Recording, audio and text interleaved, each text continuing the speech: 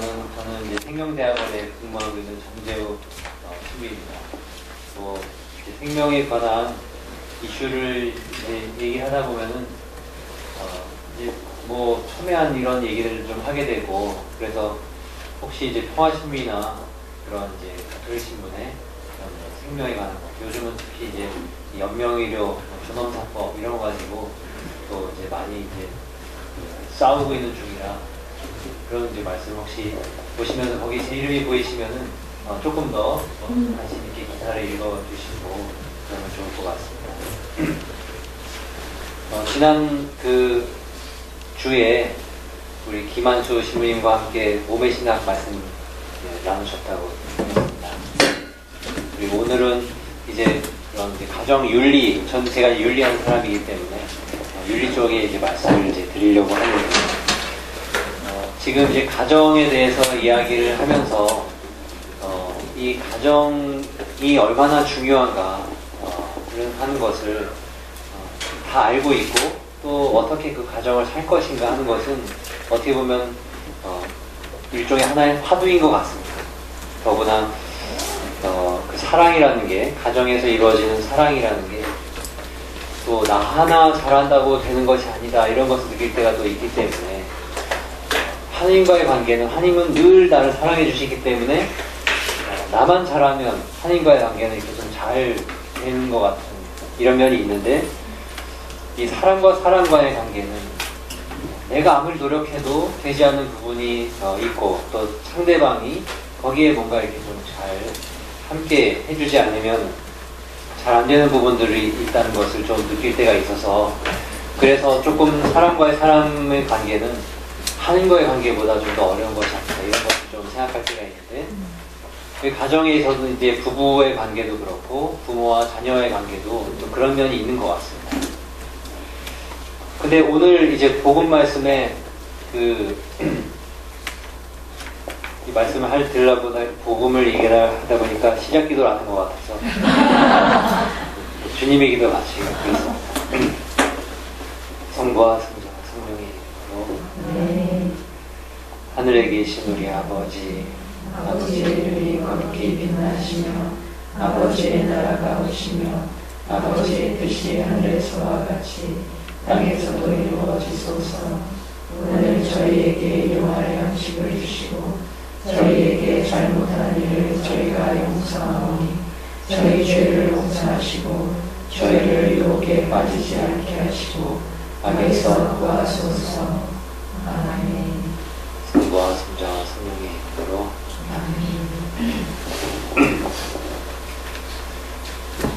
그 복음의 얘기를 이제 조금 이제 말씀드리려고 하는데, 오늘 아침에 그 미사 때 이제 읽었던 복음 말씀이, 그 하늘나라가 어디 있느냐, 여기 있다라고 해도 거기에 현혹되지 말아라.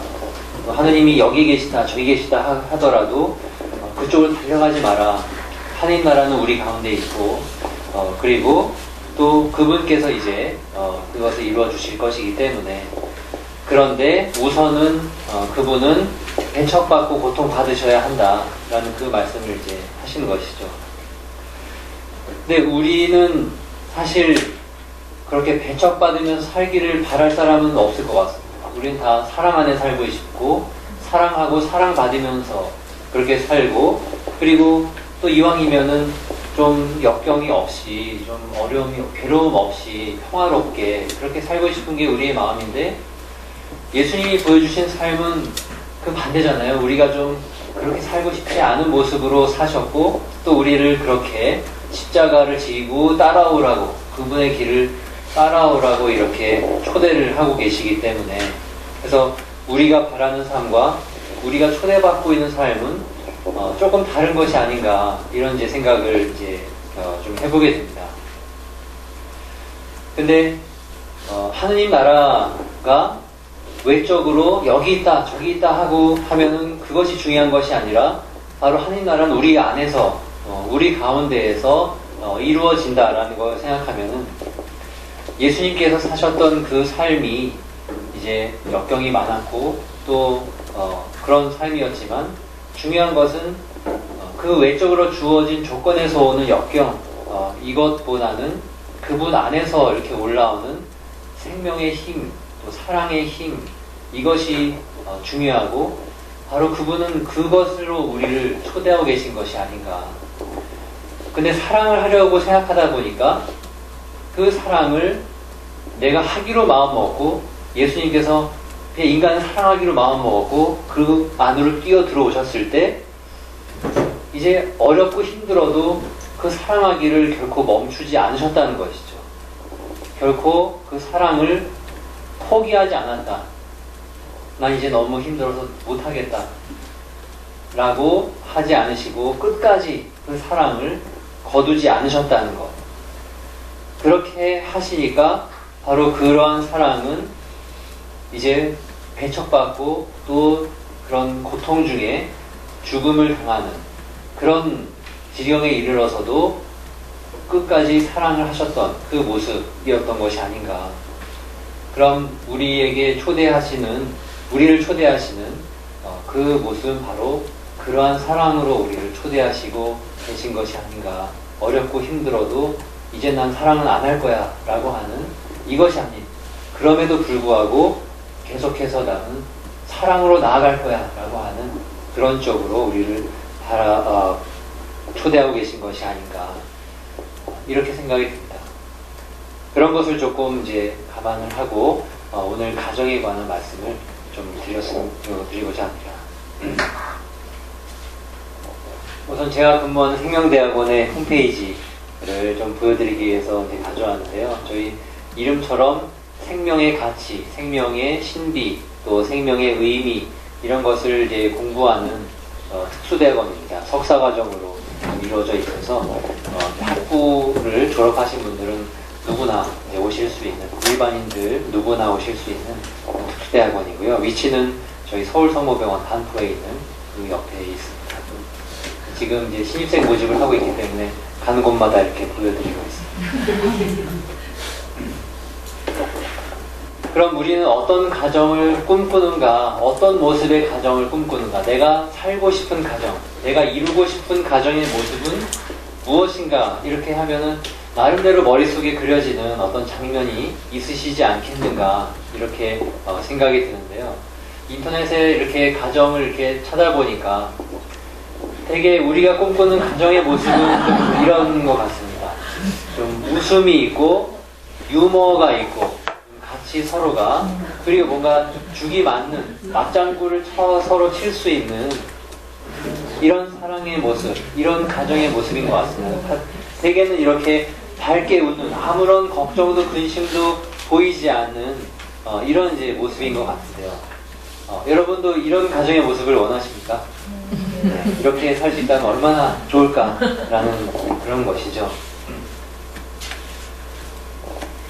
그리고 우리의 그런 가정의 모습의 모델은 바로 예수님의 성가정의 모습입니다. 예수님의 성가정은 정말 우리가 본받고 싶고 그렇게 하고 싶은 성가족이 될 수만 있다면 그러면 어떤 우리의 모습, 가정의 모습이 완성될 것 같은 그런 이제 마음들을 우리가 가지고 있습니다.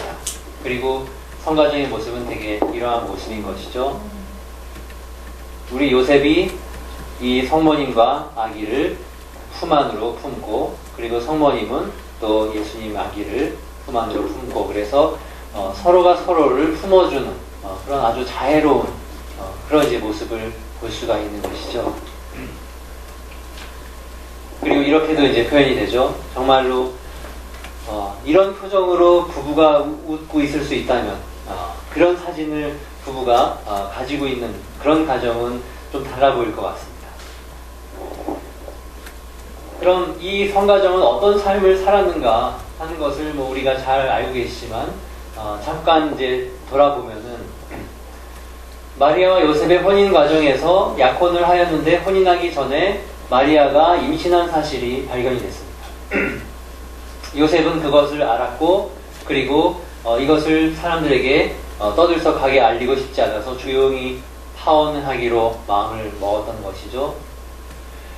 이때 나와 결혼하기 전에 내 약혼녀가 임신을 했다라는 사실을 과연 어떻게 그 남자로서 받아들일 수가 있겠는가 하는 것을 생각해 본다면, 또는 마리아의 입장에서 내가 결혼하지 않은 그런 입장인데 임신을 해야 한다. 그리고 그게 사회적으로 이렇게 보여질 것이라는 것을 알면에도 불구하고 그 임신에 그것을 받아들이는 그것은 과연 어떠한 것인가. 어떻게 보면 마리아와 요셉의 혼인은 파혼의 위기에 몰렸다가 이제 결혼을 하게 된 이런 이제 모습을 갖고 있는 것이죠. 그리고 혼인을 해서 결혼하기 전에 임신을 했고, 그리고 혼인을 했고, 그 다음에 이제 아이를 낳을 딸이 다 되었을 때 이제 호구조사령이 내려져서 베들레헴으로 이제 가야 했습니다. 그리고 그 베들레헴에서 묵을 곳이 없어서 마구간에서 묵고 있었고, 그 자리에서 이제 아이를 낳았고, 그 아이는 이제 말구유에 눕혔다, 이렇게 이제 되어 있는 것이죠. 그리고는 그 아이를 함께 축하해준 그런 사람들은 이제 목동들, 그리고 어디선가 갑자기 나타난 동방 박사들, 이런 사람들이 와서 축하해주고, 그 외에 어떤 친지들이나 이런 이제 사람들은 주변에 없었던 것으로 보입니다. 그리고는 난데없이 또 꿈에 피난을 가라고 해서 아기를 죽이려고 하는 그 무리가 달려오기 때문에 빨리 피해라. 그래서 그 밤중에 밤길을 달려서 이집트로 떠났습니다.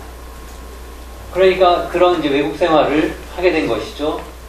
그래서 그 헤로데가 죽을 때까지 이집트에서 살았고, 헤로데가 죽을 때까지는 그 내 본국으로, 내 본 고향으로 갈 수가 없었던 그런 이제 삶을 살았던 것이죠. 그리고 헤로데가 죽고 나서야 다시 이제 고향으로 돌아오게 됩니다. 그 다음 예수님의 소년 시절 어떤 일이 있었습니까? 예루살렘 성지를 방문하고 돌아오는 길에 그 부모는 아이가 우리 사이에 있겠거니 생각하고 그냥 걸어가다가 돌아오는 길에 갑자기 이제 아이를 찾아보려고 했는데 아이가 보이지 않았습니다. 그리고는 2박 3일을 아이를 찾아서 왔던 길을 되돌아갔는데 예루살렘 성전에서 예수님을 발견한 것이죠. 그러면 그 2박 3일 동안 그 아이를 찾을 수 없었던 그 2박 3일 동안 부모의 마음은 어떻겠는가? 그리고 특히 어머니의 마음은 어땠겠습니까? 그 당시는 뭐 그렇게 이런 교통이나 이런 것이 잘 되어 있지 않은 그런 시절에 과연 이 아이가 도대체 어디를 갔는가? 어떻게 되었을까? 살아는 있는가? 이런 것이 얼마나 근심스러웠고 그렇겠는가를 생각할 수 있는 것이죠. 그런데 예루살렘 성전에서 예수님을 찾았는데, 그럼 예수님이 울면서 부모님 품에 안겨서 그런 어떤 뜨거운 재회를 나누는 것이 아니라 왜 나를 찾으셨냐고 이렇게 묻는 그런 아들인 것이죠. 왜 나를 찾았습니까? 그러니까 나는 여기에 있어야 할 사람이다. 그렇게 보면은 길을 잃어서 미아가 돼서 거기에 있었던 것이 아니라, 어떻게 보면 예수님은 작정을 하고 거기에 무리에서 떨어져서 거기에 그냥 머물러 있었던 것으로 보입니다. 일종의 본인 스스로 움직인 그 부모님의 슬라를 떠났던 일종의 하나의 가출이라고 말할 수가 있는 것이죠. 그 다음에 요셉은 이제 그 성경에 나와 있지 않지만 이제 요셉은 돌아가셨을 것이다. 그리고 또 이제 전해지는 말에 의하면 이미 혼인할 때 요셉의 나이는 굉장히 많았던, 나이 차이가 많이 지는 혼인이었던 것으로 그렇게 되어 있습니다. 그래서 요셉은 먼저 세상을 떠났을 것으로 이렇게 보고 있고, 그 다음에는 이제 예수님의 그런 공생활, 그런 과정은 뭐 다 아시는 것처럼 그 여러 가지 그런 일들이 있고, 그럴 때 어머니가 예수님을 찾아갔을 때 그 제자가 어머니가 와서 보고 계신다라고 했을 때 누가 내 어머니냐 라고 이렇게 얘기한, 어머니가 찾아왔는데 누가 내 어머니냐, 내 앞에 있는 사람이 내 어머니다라고 얘기하는, 어머니가 들으시면 굉장히 마음 섭섭하실 그런 이제 얘기를 예수님 하신 것이죠. 그리고는 이제 또 어머니가 살아계시는데 그 아들이 죽는 것을 옆에서 다 봐야 하는, 그리고 그 죽음의 모습은 사람들로부터 조롱받고 배척받고 그리고는 사형으로 그렇게 이제 죽음을 당하는 이런 모습을 성모님이 보셔야 했습니다. 그리고 아들이 죽고 나서 아들의 제자가 어머니를 모셨다 이렇게 되어 있습니다. 이런 정도까지 말씀을 이제 하다 보면은 이 성가정의 모습은 어떻습니까? 그런 삶의 어떤 그 인간적인 삶의 모습을 봐서는 좀 굉장히 파란만장한 그런 이제 모습인 것이죠. 그러면 이렇게 역경이 많고 우여곡절이 많았고 그랬던 이런 모습인데, 그리고 어떻게 보면은 우리가 보는 어떤 좋은 성가정의 모습, 이것과는 좀 거리가 있는, 우리가 꿈꾸는 가정의 모습과는 좀 거리가 있는 것 같은데, 그러면 우리는 성가정에 무엇을 본받고자, 무엇을 닮아가고자 하는 것인가? 왜 이 가정을 성가정이라고 할 수가 있겠습니까?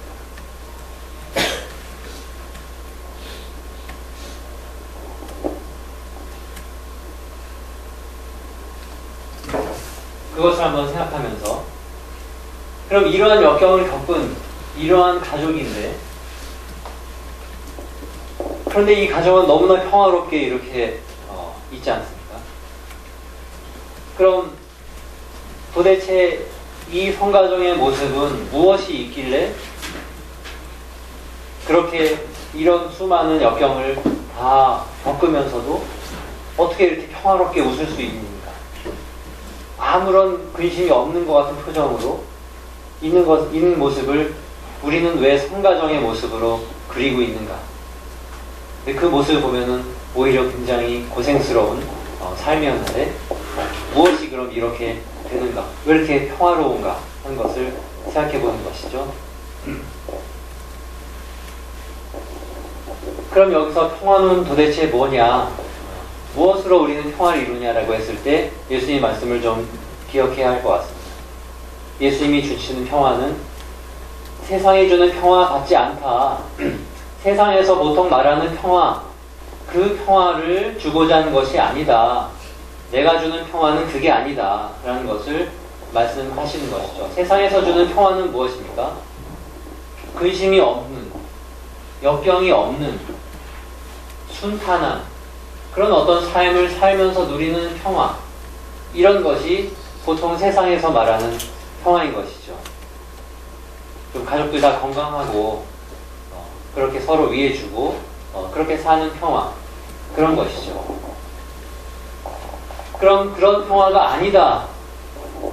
그럼 어떤 평화이겠습니까?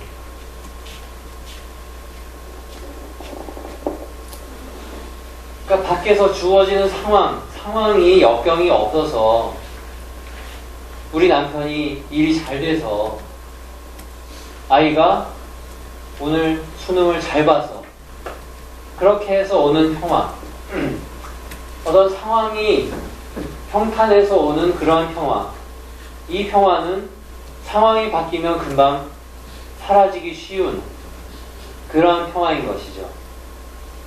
이것은 내가 어떻게 하기가 어려운, 금방 없어질 수 있는 이러한 평화일 것 같습니다.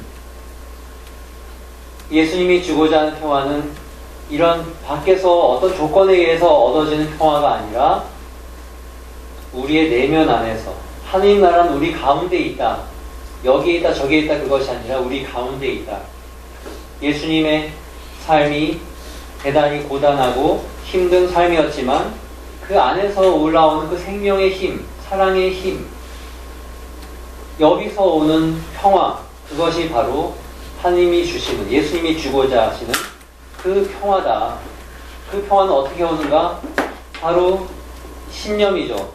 내가 가고자 하는 것에 대한 분명한 신념, 그것이 옳고 그것이 나를 살게 해준다는 신념, 특별히 사랑, 나는 사랑으로 가겠다는 그 신념, 그리고 그것을 실천할 때 거기에 역경이 있더라도 그것이 나를 살게 하고 내가 사는 길이 바로 그것이다라는 것을 분명히 알고 가는, 그래서 나는 거리낄 것이 없습니다. 양심에 있어서 나는 옳은 길을 가고 있다. 나는 떳떳한 하느님 앞에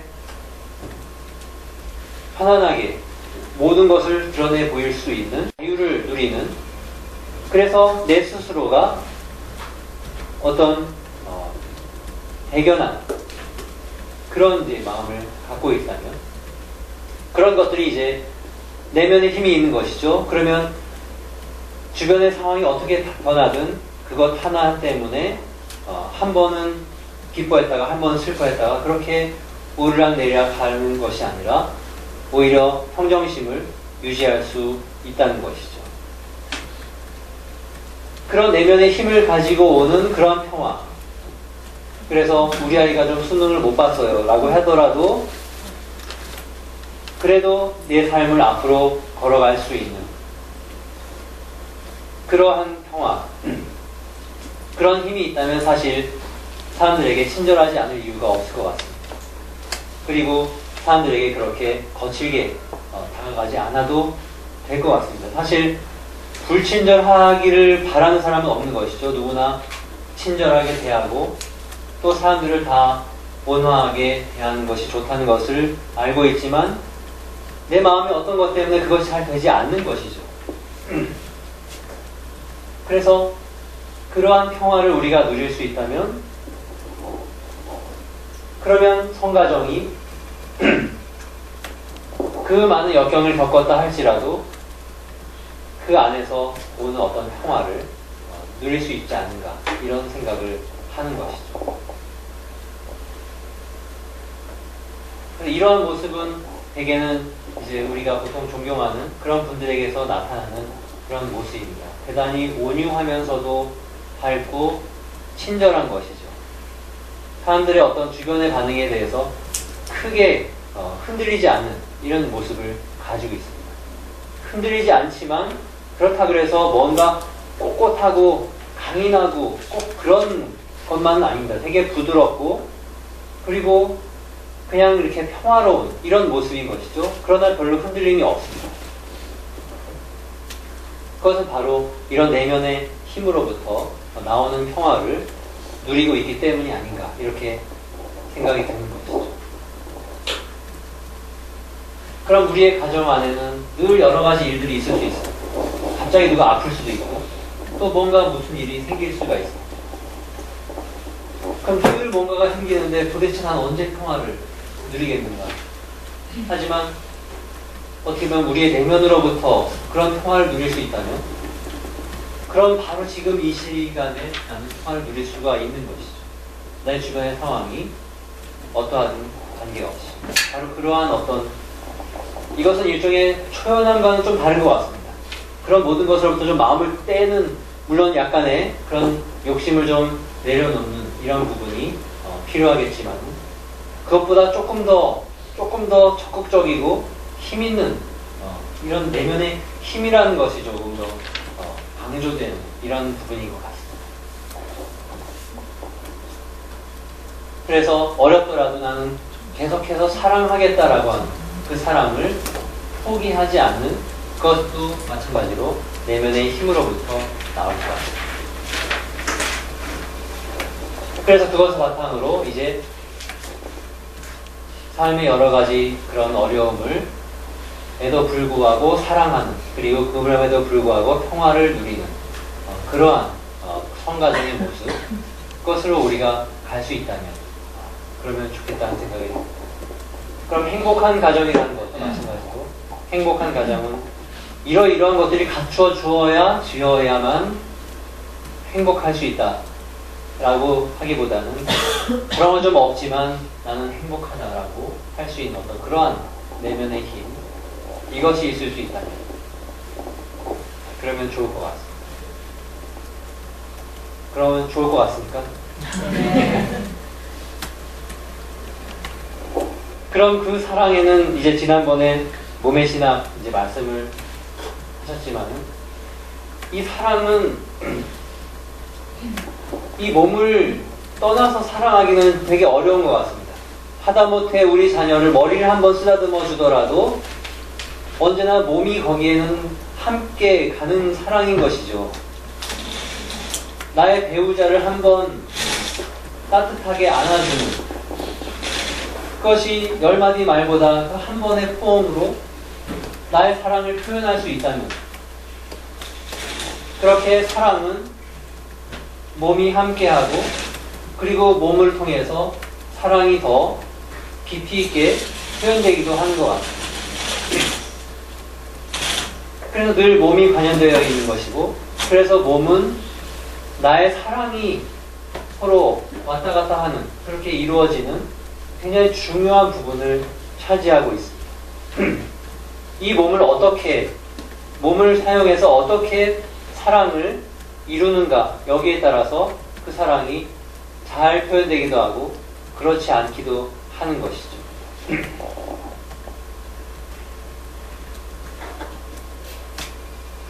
그런데 현재 몸을 사용하는 그런 모습에는 이런 부분이 굉장히 많이 들어있습니다.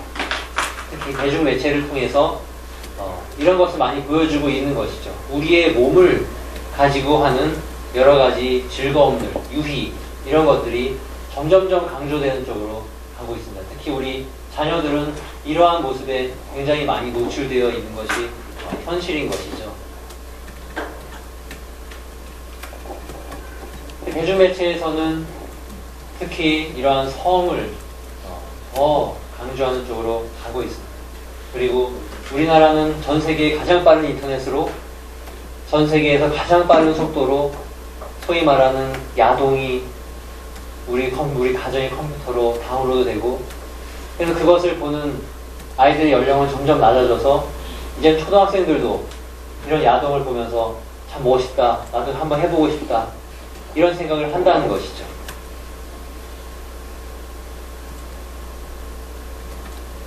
그 영상이 나오나? 안 나옵니다.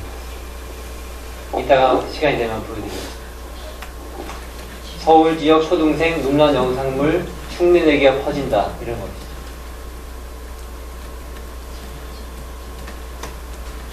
그런 대중매체, 특히 인터넷이나 영상이나 아니면 텔레비전에서 보여주는 성의 모습, 특히 그런 음악 방송에서 나오는 그 여성들의 그런 모습은 대단히 그 여성의 몸을 하나의 즐김의 대상으로 보는 것이죠. 감상의 대상으로 이렇게 이야기합니다. 여성의 특정한 어떤 신체 부위를 부각시켜서 그 부위를 이제 감상하게 만드는 것이죠. 그리고 그런 어떤 것을 따라서 여성들을 비교하고 이렇게 이야기를 하게 됩니다. 그러면 그런 여성들에게서 관심을 갖는 부분은 몸인 것이죠. 몸의 부분인 것이죠. 그 여성이 무엇을 좋아하고 어떤 꿈을 가지고 있고 이런 것에 관심을 두는 것이 아닌 것이죠. 철저하게 몸에 관심을 두게 되겠습니다. 그러면 남자와 여자의 관계가 뭔가 왜곡된 인식이 들어갑니다. 남자는 여자를 감상의 대상으로, 즐김의 대상으로 보게 되는 것이죠. 특히 이런 야동에서 보여주는 남자와 여자의 관계는 그런 사랑의 측면, 서로를 아껴주는 이런 측면이 아니라 거기서 보여준 어떤 쾌락적인 면을 극대화하는 이런 모습을 가지고 있습니다. 그런 모습에는 굉장히 거칠게 대하면서도 남자와 여자를 거칠게 다루는데 그것을 여자는 좋아한다. 그러면 그것을 보면서 아이들은 저렇게 하면 좋아하는구나, 이런 것을 알게 되지 않겠습니까? 이런 것을 이제 혹시 이광호 선생님이라는 성함을 들어보시는지 모르겠는데, 성문화를 연구하는 분이 문학청년과 야동청년이라는 그런 이제 용어를 만든 것이죠.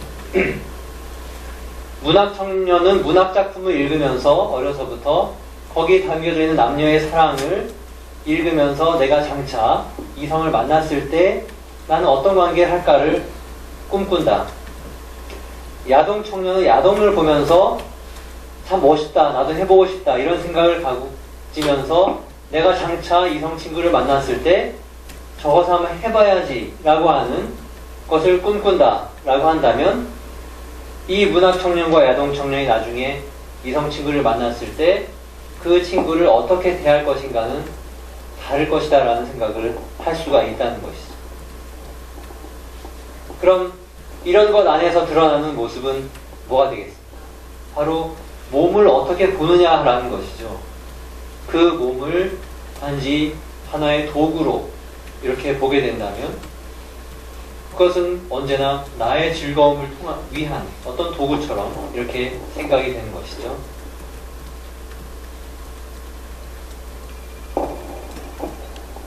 그리고 뭐 젊은이들에게 굉장히 유명한 이 가수가 공중파에 나와서 이제 섹스는 게임이다라고 이렇게 이야기를 했습니다. 이 방송에서도 지금이라도 자신 있게 말할 수 있다라고 하면서 우리나라가 성을 되게 뭔가 금기시하는 이렇게 얘기하지만 자기가 보기에 성은 굉장히 좋은 것이다 라고 생각한다 이렇게 이야기를 했습니다. 그리고 이 가수가 부른 노래 중에는 이런 노래가 있는 것이죠. 사랑에 큰 상처를 받은 사람이 이제 사랑은 그만하고 즐기며 살 거야 라고 하는 노래를 부릅니다. 그 사랑은 그만하고 즐기며 살라는 이 노래를 음악방송에 나와서 부르면서 아주 이렇게 간절하게 호소를 하는 거죠. 즐기며 살으라고. 이 방송을 보시면은 이 노래를 이렇게 부르다가 나중에는 무릎을 꿇고 즐기며 살으라고. 사랑은 그만하고 즐기며 살으라고. 그런데 이 노래의 그 뮤직비디오를 보면은 이런 장면이 있어요. 그 사랑에 큰 상처를 받았고 그 다음에 이제 즐기며 살 때 바로 이렇게 있는 것이죠. 그러면 이 가운데 누워있는 이 사람은 이제 사랑은 그만하고 즐기며 살 거라는 것을 실천하고 있는 것이겠죠. 그럼 이 주변에 누워있는 여성들은 뭐가 되겠습니까? 바로 즐기며 사는 데 봉사하는 그런 역할을 하는 것이겠죠. 그럼 이 남자가 이 여성에게서 관심 있는 부분은 어디가 되겠습니까? 여성의 몸이 되겠죠. 자신을 즐겁게 해주는 그 측면만을 관심을 두게 될 것이다 라는 거죠. 그럼 이 여성들의 몸은 즐기며 사는 이 남자의 도구가 되는 것이겠죠. 그럼 몸이 도구가 된다면 그 사람이 도구가 되지 않는다고 말할 수가 있겠습니까? 나는 너를 도구로 하는 게 너의 몸만을 도구로 하는 거 이렇게 말할 수가 없지 않겠습니까? 몸이 도구가 된다는 건 이 사람이 도구가 된다는 것이죠. 즐거움의 도구가 된다는 것이죠. 이제는 또 벌써 이제 하물 간 노래가 되버렸지만 전 세계적으로 인기를 끌었던 이 노래의 2절 가사를 보면은 어떤 여자가 있습니다. 정숙해 보이지만 놀 때 노는 여자. 어떤 여자가 있고 그래서 이때다 싶으면 묶었던 머리를 푸는 여자. 굉장히 화끈한 어떤 그런 이제 모습이 있고 또 사나이는 자신입니다. 나는 사나이다. 마찬가지로 점잖아 보이지만 놀 땐 노는 사나이. 또 화끈한 사나이입니다. 그런 두 사람이 만나서 아름답고 사랑스러워. 그러니까 서로 사랑하는 그런 연인의 관계에서가 아니라 이제 막 만났고 사랑스러워. 그래서 이제 지금부터 갈 때까지 가볼까 하는 것이죠. 그럼 남자와 여자가 만나서 갈 때까지 간다는 말이 뭔지는 우리가 잘 짐작할 수 있지 않겠습니까? 이 말은 결국은 두 사람이 만나서 뭔가 서로가 주고받을 수 있는 그 즐거움의 끝까지 한번 달려가 보자 라는 그런 얘기라고 할 수 있겠습니다. 그럼 여기서 말하는 이 두 사람이 서로에게 관심이 갖는 부분은 바로 서로를 즐겁게 해주는 그 몸의 차원, 이것이 되는 것이겠죠. 그럼 여기서 보여주는 그 성도 앞에서 말한 것처럼 하나의 게임으로서의, 유희로서의 성이 이야기된다라고 볼 수 있겠습니다. 그럼 이런 게임으로서의 성을 즐기기 위해서 여기서 반드시 따라오는 것이 하나 있습니다. 그게 뭐가? 성을 유희로 즐기려면 꼭 해야 되는 게 하나 있습니다. 뭐가 되겠습니까? 이것이죠. 성을 즐기는데 유일한 부담은 바로 임신이기 때문에 그 임신을 가능한 한 없어야, 임신의 부담이 없어야 그래야 게임으로 즐길 수 있지 않겠습니까? 마음이 통할 때 서로 마음만 맞으면 언제든 행동을 해야 되는데 이 임신의 부담이 있으니까 이것은 언제나 반드시 따라오는 것이라고 할 수가 있겠습니다. 피임에 대해서는 이따가 또 좀 더 말씀을 드려보겠습니다. 그럼 이 모든 것은 다 몸에 대한 이야기로 되어 있는데 지금 보여드리는 것은 몸은 즐거움의 도구로 내 몸은 나의 것이니까 내가 내 즐거움을 위해서 남에게 피해만 주지 않는다면 내 몸을 가지고 내가 마음대로 하는 것에 대해서 누가 간섭할 것이 없다. 내 몸만 도구가 아니라 너의 몸도, 내가 호감을 가진 너의 몸도 내가 도구로 해서 나의 즐거움을 누리고 너는 내 몸을 가지고 서로의 몸을 빌어서 즐거움을 누리는 그런 관계가 이런 모습인 것 같습니다. 근데 정말 그러한가? 우리의 몸은 그렇게 그냥 도구로 사용할 수 있는 그런 것인가? 라고 할 때 이제 우리가 무엇으로 존재하는가를 다시 한번 좀 생각해 본다면, 그래서 내가 몸으로 존재하는 사람이다. 나의 그런 정신적인 어떤 여러 가지 것들, 내가 느끼는 그 느낌과 감정, 또 내 삶에서 중요하게 여기는 내 소중한 어떤 것들, 나의 꿈, 이런 모든 것은 다 내가 몸으로 살아있을 때 그것이 다 가능한 것이다. 그리고 특히 이 몸이라는 것이 내가 남자인가 여자인가, 내가 신체적으로 건강한가 그렇지 않은가, 내 목소리는 어떠한가, 나의 외모는 어떠한가, 이런 것이 나 자신의 정체성을 형성하는데 매우 중요하다. 특히 2차 성징이 이제 이루어지는 사춘기 시절에 내 몸의 그 변화를 잘 이해하고 또 나와는 성이 다른 그 이성의 그 모습을 잘 이해할 때, 그럴 때 한 사람의 정체성이 잘 형성된다는 것을 우리가 알고 있는 것이죠. 그 다음에 대인관계는 몸을 통해서다. 우리가 목소리를 통해서, 말을 통해서, 아니면 표정을 통해서, 아니면 어떤 몸짓을 통해서 그렇게 나를 알리고 또 상대의 마음을 알아듣는 그런 모든 것이 다 몸을 통하지 않고는 소통이 이루어지지 않는다는 것을 우리가 생각할 수가 있는 것이죠. 그리고 몸은 언제나 나의 내면을 보여줍니다. 나의 인격이 어떠한 사람인가를 보여줍니다. 그래서 제가 존경한 우리 김수환 추기경님의 이 표정만 보더라도 이 표정은 뭔가 이렇게 꾸며내서 지으려고 해서 지어지는 것이 아닌 것이죠. 그냥 자연스럽게 그 안에 담겨있는 그 마음과 인품이 그냥 묻어 나오는 것이다라고 한다면, 몸은 단지 도구가 아니라는 것이, 도구로서는 설명될 수 없는, 오히려 몸은 그냥 내가 세상에 드러나게 되는 그런 하나의 모습이다. 그러니까 몸이 바로 나다. 내 몸이 바로 나다. 이렇게 말할 수가 있는 것이죠. 사실 그걸 느끼는 건 우리가 몸이 아플 때, 몸이 어느 부분이 아프면 그건 내가 아픈 것이 아니겠습니까? 그리고 누군가가 아픈 내 몸을 돌봐주면 그건 바로 나를 돌봐주는 것이죠. 누가 내 몸을 함부로 대한다 그러면 그건 바로 나를 함부로 하는 것이죠. 내가 나의 몸을 함부로 한다면 그것은 바로 내가 나 자신을 함부로 소중히 여기는 거라고 말할 수가 없는 것이죠. 그렇게 내 몸은 바로 나다.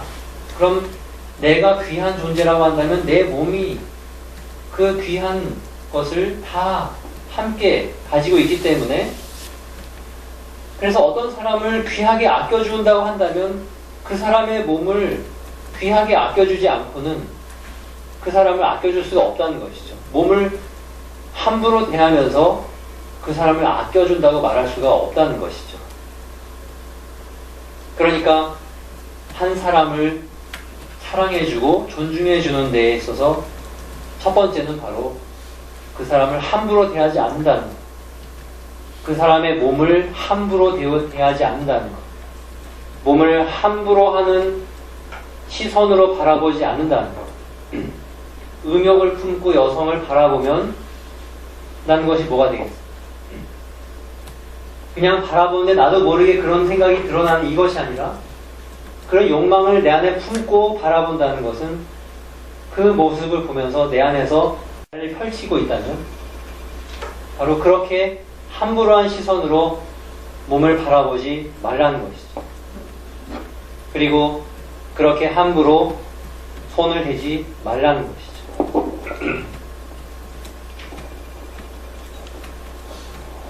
그래서 남자와 여자의 몸은 서로 다릅니다. 그런데 이 몸은 단지 그냥 세포들이 모여져 있는 덩어리에 불과한 것이 아니다. 이 몸은 이 각 사람의 인격이 드러나는, 그리고 인격이 담겨 있는 그러한 몸이라는 것. 물론 몸은 물질로 되어 있는 것이 맞기 때문에 그 물질이 갖고 있는 그런 법칙을 분명히 따라가는 면이 있습니다. 생리학적으로, 물리적으로 그런 것을 따라가는 면이 있고, 그런 게 서로의 정신적인 면에도 커다란 영향을 준다. 그래서 남자는 여성보다 호르몬적으로 훨씬 단순하다. 여성은 그런 호르몬의 주기가 훨씬 더 복잡하고 미묘하고 예민한 어떤 그런 과정으로 되어 있다. 한 달에 한 번의 주기를 통해서 그 몸에 어떤 변화를 겪는 것이 여성이고, 남자는 그런 것이 별로 없다. 그런 것이 두 사람에 주는 어떤 생활의 어떤 그 패턴에도 영향을 주고, 성에 임하는 그런 태도에도 분명히 영향을 준다는 것이죠. 성행위를 할 때 남자는 발산을 하고, 그리고 자기 몸에 일어나는 것은 별로 없다. 여성은 성행위를 하면서 받아들이고 자신의 몸 안에서 생명을 잉태한다는 것을 스스로 체험적으로 알고 있습니다. 그러니까 서로 성행위를 할 때 그 대하는 그 태도는 같을 수가 없다는 것이죠. 아까 갈 때까지 가볼까? 라고 말하는 쪽은 주로 어느 쪽입니까? 남자인 것이죠. 남자는 부담이 없죠. 갈 때까지 가고 나서도 자기 몸에서 일어나는 일은 별로 없기 때문에. 그러나 여성은 그렇지가 않다는 것을 알기 때문에 그렇게 편한 마음으로 갈 때까지 가자라고 말하기는 어렵다는 것이죠. 그럼 그러한 부분을 서로가 서로의 다름을 좀 알고 이해할 필요가 있겠습니다. 여성은 남성이 그러한 면이 있다는 것을 알 필요가 있고, 남성은 여성에게 그런 면이 있다는 것을 알 필요가 있는 것이죠. 근데 기본적으로 여성들은 자신의 몸의 구조의 어떤 그걸로 인해서 성에서 따라오는 그 책임의 부분, 생명에 대한 책임의 부분을 누가 말해주지 않아도 몸으로 아는 면이 있는 것 같습니다. 남자는 그런 것이 별로 없는 것이죠. 그러니까 어떻게 보면은 책임에 대한 교육을 더 많이 받아야 할 쪽은 남자인 것이죠. 남자는 그런 것을 더 교육을 통해서 인식하도록 해야 하고, 여성은 몸으로 아는 면이 있기 때문에. 근데 우리의 현재 교육은 조금 반대로 가는 것 같아요. 이런 책임 교육을 여성들이 더 많이 받고, 남자들은 좀 관심도 없을 뿐만 아니라 그런 것을 강조하는 교육도 그렇게 많지 않다. 뭔가 남자들의 세계에 갖고 있는 뭔가 그 책임을 벗어나는 이런 분위기가 좀 있는 것 같습니다. 그런 것이 이제 서로에게 뭔가 좀 좋지 않은 그런 일들이 벌어지는 것을 우리가 좀 보는 것 같습니다.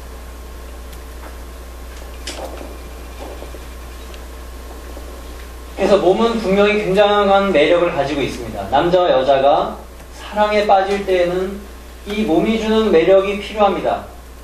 뭔가 그 겉모습, 또 첫 인상, 아니면 목소리, 이런 것에 따라서 호감을 갖고, 또 그러면서 좀 더 알고 싶고 뭔가 매력을 느껴서 끌리는 이런 것이 필요한 것이죠. 그런 것이 전혀 없다면 사랑에 빠지기는 어려울 것 같습니다. 그러니까 몸의 매력은 분명히 있는데, 그리고 사랑을 이루는 굉장히 중요한 부분을 차지하지만 거기에만 머물러 있어서는 안 된다. 그렇게 되면 이제 그 몸에만 매달리게 되면 그 몸에서 주는 어떤 그 달콤한 여기에만 빠져들려고 하면 이제 그 사람을 도구로 만든다는 것이죠. 그래서 몸에만 매달려 있지 말고 그 사람의 전체 인격을 바라보는 쪽으로 가야 한다는 것. 그래야 사랑이 발전할 수 있지 않겠습니까? 처음에는 몸의 매력 때문에 사랑에 푹 빠졌는데 거기에만 매달려 있으면 사랑이 더 나아가질 못하고 거기서 멈춰버리게 된다는 것이죠. 전체의 인격을 바라보는 쪽으로 가야만 사랑은 그 다음 단계로 갈 수가 있다는 것이죠. 몸은 단순히 즐기는 대상, 도구가 아니라 존중해야 할 한 소중한 사람이라는 것을 기억해야 한다는 것이죠.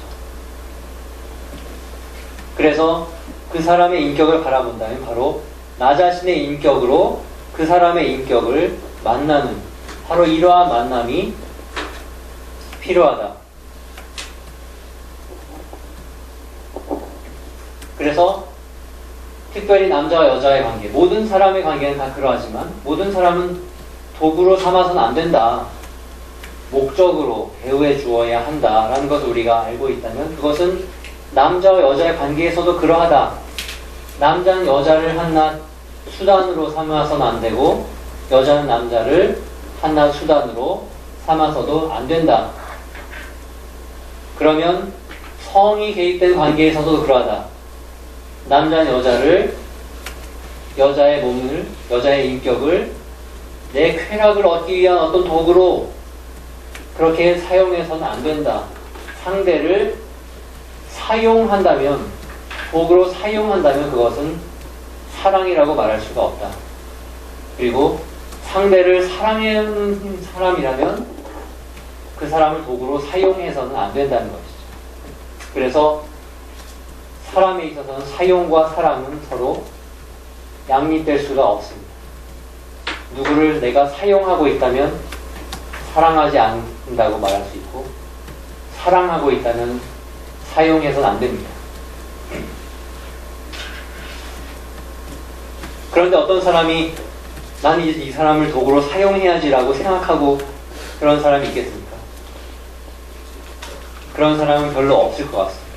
대개는 그것을 의식적으로 내가 이 사람을 도구로 삼아야지라고 한다기보다는 이 사람을 사랑해준다는 생각, 이 사람을 아껴주고 배려해준다는 생각보다는 나의 즐거움을 우선시하게 되면 그러면 그것은 사용으로 가는 것이죠.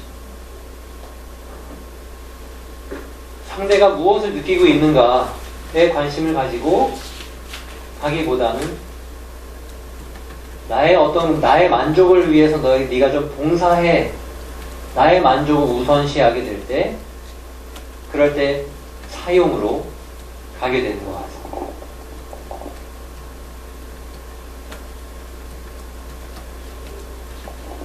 그럼 사용하지 않는 사람, 이것이 필요한 것이죠. 사용은 다른 것이 아니라 그냥 나를 위해서 나를 위한 너를 취하는 이것이라고 한다면 사랑은 반대인 것이죠. 너를 위한 나가 되는 것이죠. 인격적인 사람, 두 사람이 다 귀한 인격체라고 한다면 서로가 서로를 인격체로 대해주는 사람, 인격적인 사람, 이것이 필요하다. 상대를 도구로 사용하는 나의 만족을 우선시하도록 해서 상대를 나에게 봉사하게 만들려고 하는 그것은 인격적인 사랑이라고 말하기가 어렵다.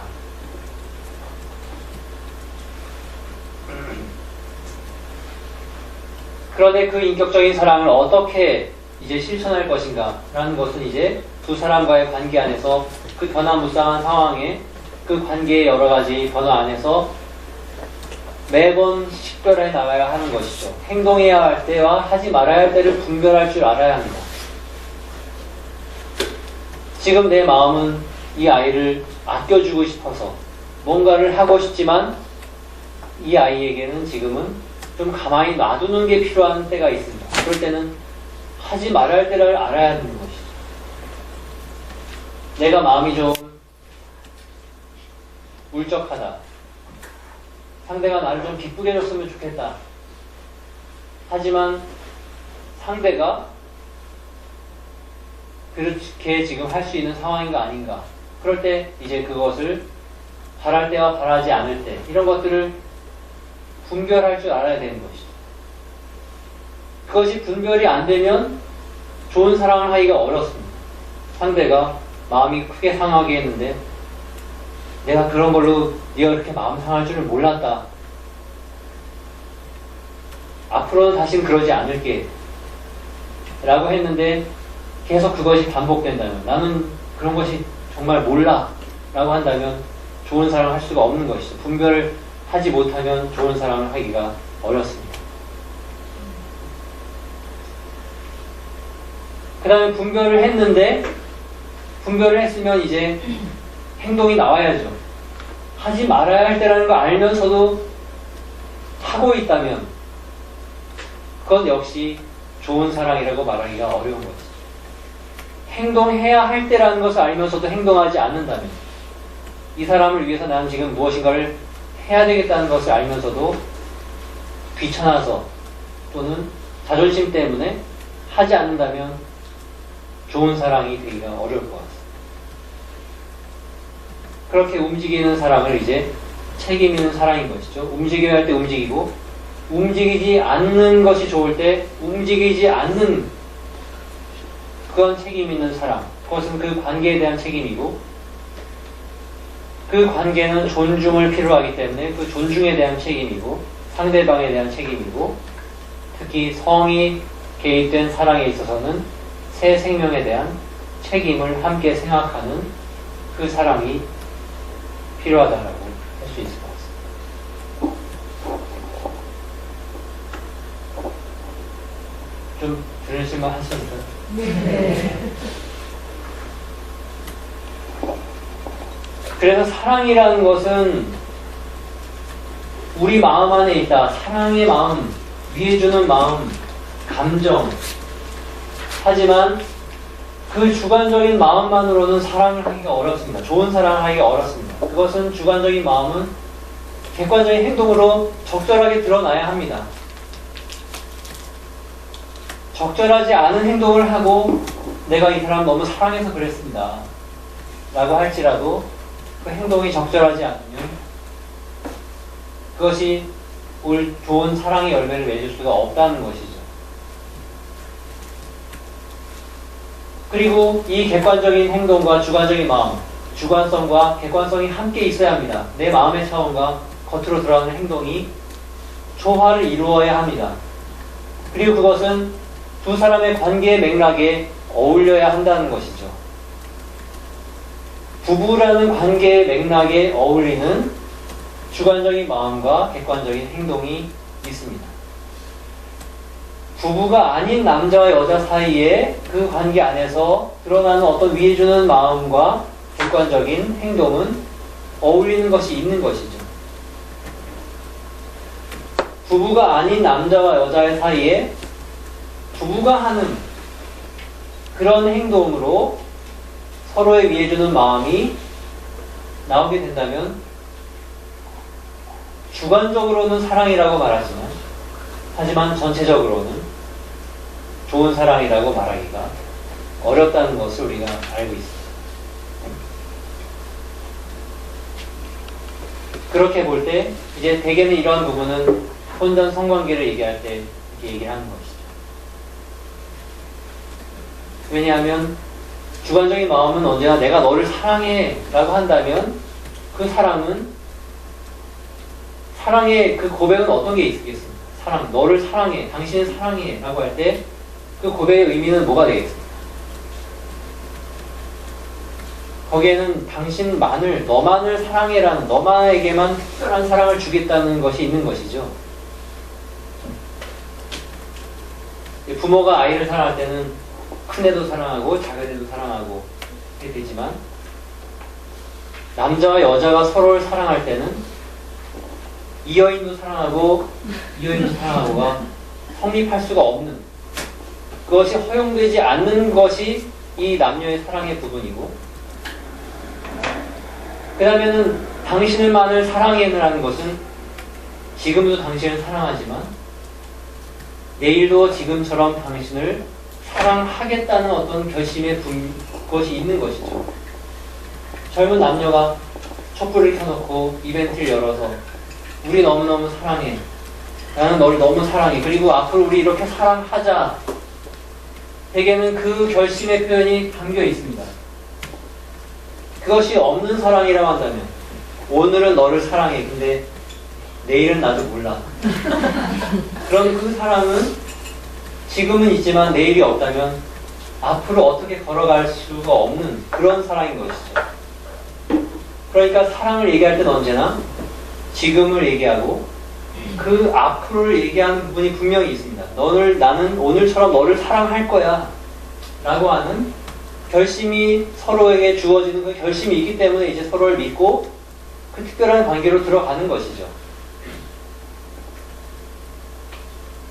그럼 성행위는 사랑의 표현이다. 서로 주고받는 사랑에서 하는 행위다 라고 하면 성행위도 마찬가지로 그것이 있는 것이죠.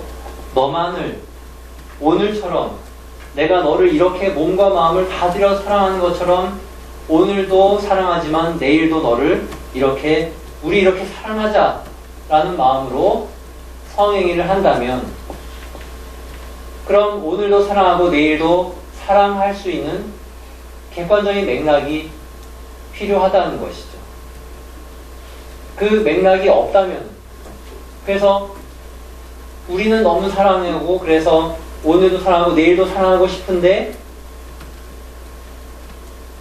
하지만 두 사람이 어떤 그런 것에 대한 약속을 맺은 것이 없다. 그래서 상황이 달라지면 언제든지 그 사랑의 이야기가 없었던 것이 될 수 있는 그런 맥락 안에서 맥락이 그러하다면 이 주관적인 마음이 아무리 크다 할지라도 그것이 이루어지기가 어렵다는 것이죠. 그러면 그 사랑의 언어가 공허한 언어에 불과하다. 내일도 너를 사랑하겠어라는 말이 그냥 허공으로 날아가는 이렇게 되는 것이죠. 그것이 맺어진다는 것은 바로 내가 널 내일도 사랑하겠어라고 하는 것을 두 사람이 맺는 그 혼인이라는 맥락이 필요하다. 그 맥락 안에서는 이제 오늘도 너를 사랑하고 내일도 너를 사랑하겠어. 죽을 때까지 우리 이렇게 사랑하자라는 말이 공허한 메아리가 아닌 진짜 서로가 주고받는 언어로서 가능하다는 것이죠. 그래서 진리 안의 사랑이라는 것은 주관적인 마음이 아무리 굴뚝 같다 할지라도 그것이 드러나는 행동은 두 사람의 관계의 맥락 안에서 두 사람의 관계에서 주어지는 어떤 그것을 따라가서 표현할 수 있어야만 그 사랑이 적절한 사랑으로 좋은 사랑으로 드러날 수 있다는 것이죠.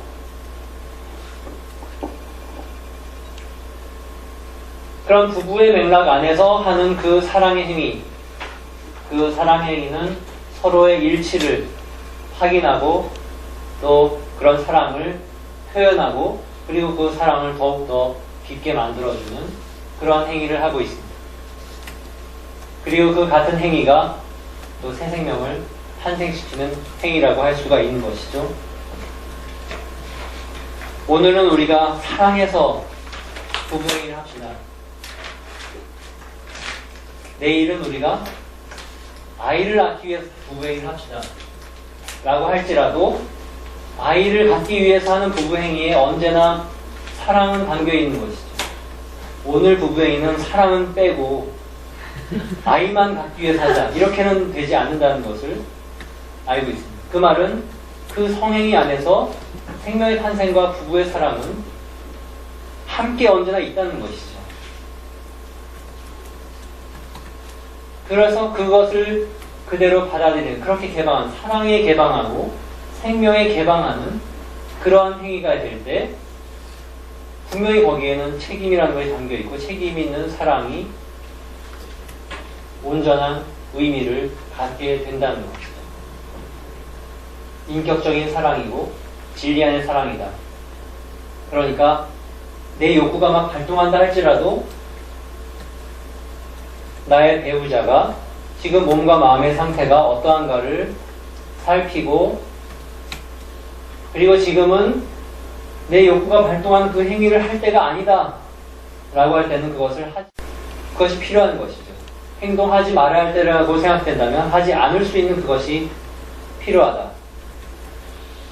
혹은 새 생명의 탄생을 생각한다면 지금은 행동해야 할 때인가 아닌가를 또 식별하면서 그러면서 행동하지 않을 수 있는 힘 또는 행동해야 할 때는 행동하는 그것이 필요하다는 것이죠. 그것이 바로 인격적인 사랑이고 진리 안의 사랑이고 책임 있는 사랑이라고 말할 수 있을 것 같습니다. 제가 이름이 이제 정재우입니다. 이 재우다 보니까 재우는 사람이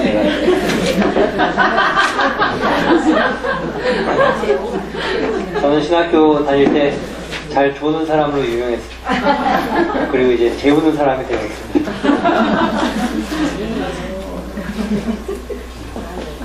이제 이런 사랑 또 이런 부분은 이제 실천으로 이어지는 것을 생각하면서 이야기를 하고 있지만 사실 개념적으로는 일반적인 이야기를 이제 하고 있습니다. 어떤 개념, 또 의미 이런 것을 이제 말씀을 드리고 있는데 이게 실생활에서 이제 실천이 될 때는 여기서 말하는 것처럼 단순하지 않기 때문에 사람의 관계라는 것은 그러니까 이것을 단순하게 한번 해봐야지라고 해가지고는 잘 되지 않을 때가 많은 부분이 있는 것이죠. 굉장히 많은 요소들이 함께 복합적으로 들어와 있기 때문에 어떻게 보면 그래서 더 분별하는 그 사람, 분별이 필요한 것 같습니다. 그래서 젊은이들에게 기회가 있으면 말하는 것은 정말 분별, 지혜로운 사랑을 해라.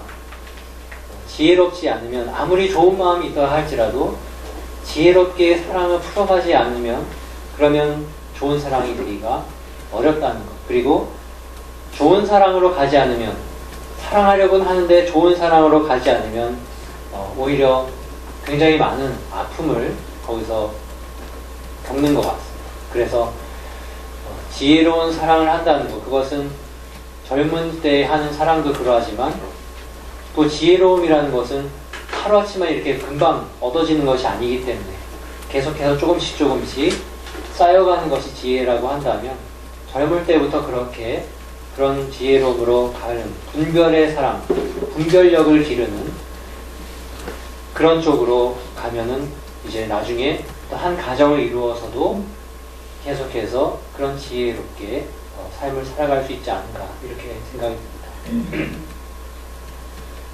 그래서 제가 윤리를 말씀드리면 이제 되게 많은 분들이 저에게 하는 말씀은 참 좋은 말씀인데 현실은 너무 그렇지 않습니다. 이런 이제 말씀들을 이제 하십니다.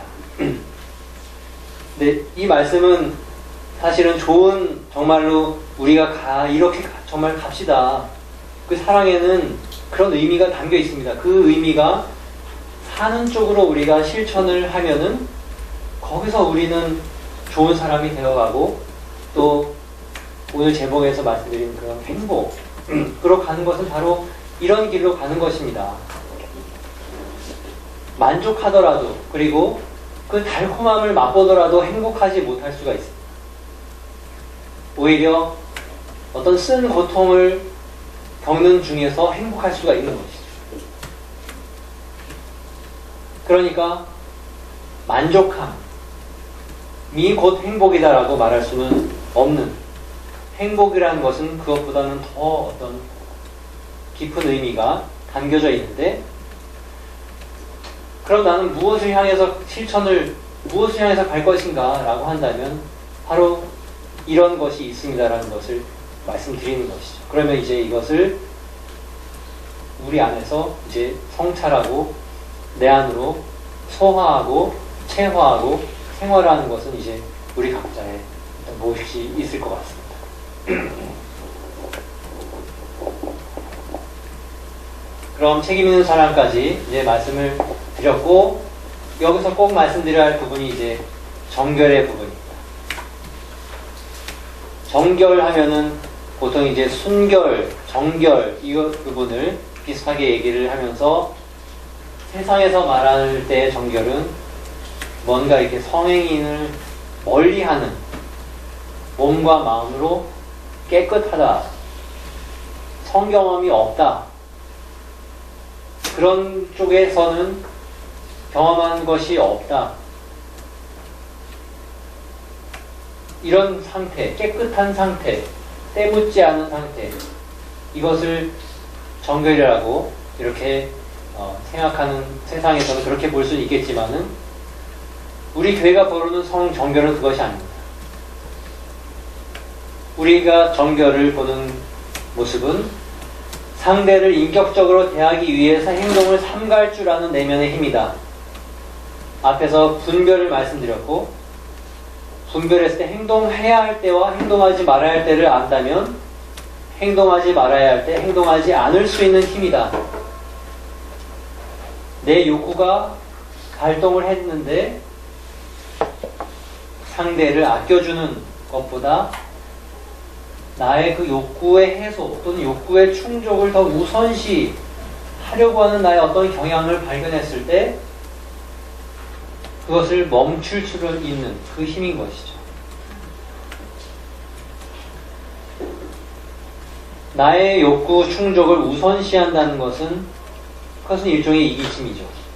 상대를 사용해서 나를 만족시키려고 하는 그런 이기적인 행동이 나오게 됩니다. 그런데 그 이기심이 점점점 극단으로 가면 어디가 되겠습니까? 상대를 강제로 나의 만족을 위해서 강제를 하게 되면은 그 이기심이 점점 극단으로 가는 것이죠. 그러니까 그래서 성에 있어서 그 이기심이 극단으로 가는 것은 성이 하나의 폭력으로 나올 때 거기에는 이기주의와 공격성 또는 폭력성이 함께 담겨 있습니다.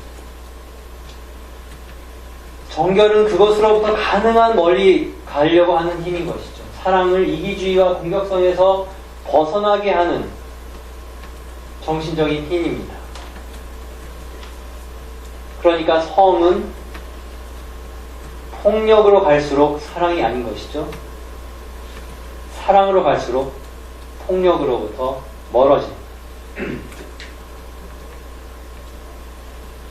이것을 계속 정신적인 힘, 내면의 힘 이렇게 이야기를 하고 있습니다. 그러니까 단지 경험이 없다, 어떤 순박한 어린아이와 같은 이러한 상태를 정결이라고 말하는 것이 아니라 오히려 적극적인 본인 스스로의 결단이 어린 그런 행동이 들어가는 그것이 바로 정결이라는 것이죠.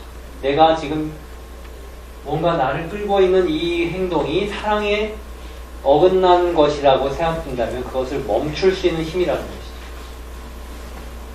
그것은 힘입니다. 그래서 길러져야 합니다. 그 힘이 없으면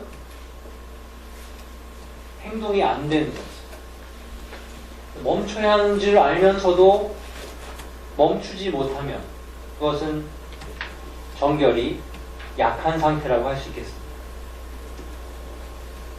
가령 인터넷을 보는 게 너무나 즐거운 사람이 지금은 인터넷 좀 그만 보고 내가 딴 걸 좀 해야지. 집에 들어가면 우선은 잘 정돈하고 그리고 책을 좀 봐야지 라고 하는데 방에 들어가서 컴퓨터를 보면은 다시 이제 컴퓨터를 어느새 켜고 있다. 하지 않는 것이 좋다는 것을 알면서도 그것을 멈추지 못한다는 것은 그 힘이 약한 상태라는 것이죠. 내가 어떤 그 욕구에 끄는 그것을 저항할 수 있는 힘이 필요한데 그 저항을 하지 못하면 글로 끌려가는 것이죠. 그런 힘을 완전히 상실하면 이제 어떻게 되겠습니까? 그래서 중독되었다고 하지 않겠습니까? 자제력이 아예 없는 그런 자제력을 갖지 못하면 나는 거기에 계속 끌려가게 되니까 자유로운 것이 아니죠. 내가 멈춰야 할 때 멈출 수 있어야 자유로울 수 있습니다. 내면의 자유가 거기서 있는 것이죠. 정결이라는 것은 사랑에 있어서, 성에 있어서 자유로울 수 있는 그 힘이라고 할 수 있겠습니다. 내적인 자유인 것이죠. 그리고 그럴 때 인격을 성숙하는 그런 길이 바로 정결이다.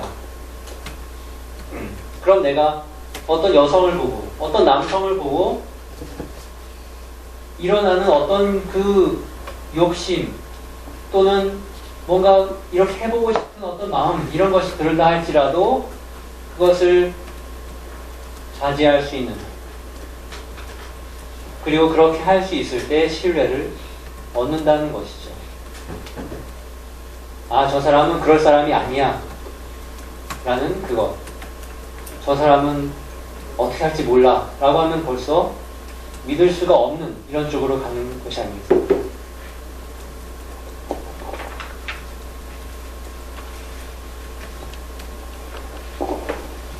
이것은 재작년에 어느 기업의 그 이미지 광고 TV에서 우연히 본 광고입니다. 혹시 보신 분 계십니까? 네. 이 미남 청년이 비 오는 날 우산을 받고 꽃다발을 들고 여자친구를 기다리고 있는데 나레이션이 나오죠. 그녀가 꽃을 좋아하면 꽃다발을 선물할 것이고 그녀가 영화를 좋아하면 영화를 보러 갈 것입니다. 그런데 그녀가 무엇을 싫어하는지는 알고 있나요? 라고 묻고 이렇게 얘기하죠. 좋아하는 것을 해줄 때보다 싫어하는 것을 하지 않을 때 신뢰를 얻을 수 있습니다. 이 정결의 의미가 좀 많이 통하는 것 같습니다. 사랑을 하기 위해서는 참아야 할 때가 있다는 것, 하지 않는 것이 필요할 때가 있다는 것, 그것을 하지 않을 수 있는 힘, 그것이 정결이라는 것. 그럼 이러한 정결은 부부 사이에는 필요하겠습니까? 필요하지 않겠습니까? 필요하죠. 부부의 정결이라는 것은 부부행위를 하지 않는다 이런 뜻이 아니라 배우자를 인격체로 존중하기 위해서, 몸과 마음을 존중하기 위해서 내 행동을 조절할 줄 아는, 그것이 바로 부부의 정결이죠. 내 행위를 조절한다는 것이죠. 그것이 바로 부부간의 신의를 지키는, 충실함을 지키는 중요한 부분입니다. 대개 성에 있어서는 성의 욕구 이런 부분은 일반적으로 남자들이 더 강하고 어떤 시기나 이런 것에 구분이 없기 때문에, 그래서 여성에게, 배우자, 아내에게 그런 성의 욕구를 해서 이제 일어나는 그 성행위를 하고자 하고 요구할 때가 있습니다. 그럴 때 나의 남편이 나의 몸과 마음을 존중하고 배려하는 마음으로 그것을 참아줄 줄 안다. 거기서 바로 그것이 충실함인 것이죠. 거기서 신뢰가 커가는 것이죠. 우리 남편은 그것을 못 참아. 원할 때는 해야 돼. 그러면 이쪽에서는 그것을 받아줘야 하는 것이죠. 맞춰주어야 하는 것이 되지 않겠습니까? 그렇게 되면 그럼 이러한 신의의 부분에서 좀 어려움이 있을 것 같습니다. 그래서 부부가 서로의 행동을 조절할 줄 아는 그런 쪽으로 갈 때, 그래서 사랑이 단지 욕구나 감정에 차오만 머문 것이 아니라 그 사랑이 덕으로, 애덕으로, 사랑의 덕으로 가게 되면 부부가 성장하는 것이죠. 그 사랑 안에서. 그리고 자녀에게도 그 덕을 가르쳐 줄 수가 있는 것이죠. 말을 통해서나 표현을 통해서나. 그래서 부부의 정결이라는 것은 부부가 성숙한 사랑으로 나아가는, 부부 자신이 성숙한 사람으로 되어가는 그런 매우 중요한 측면이라고 할 수 있겠습니다.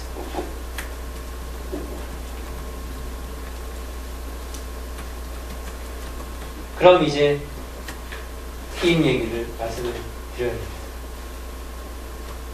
이 말씀이 길어지면 12시에 못 저도 좀 참아야 되겠습니다.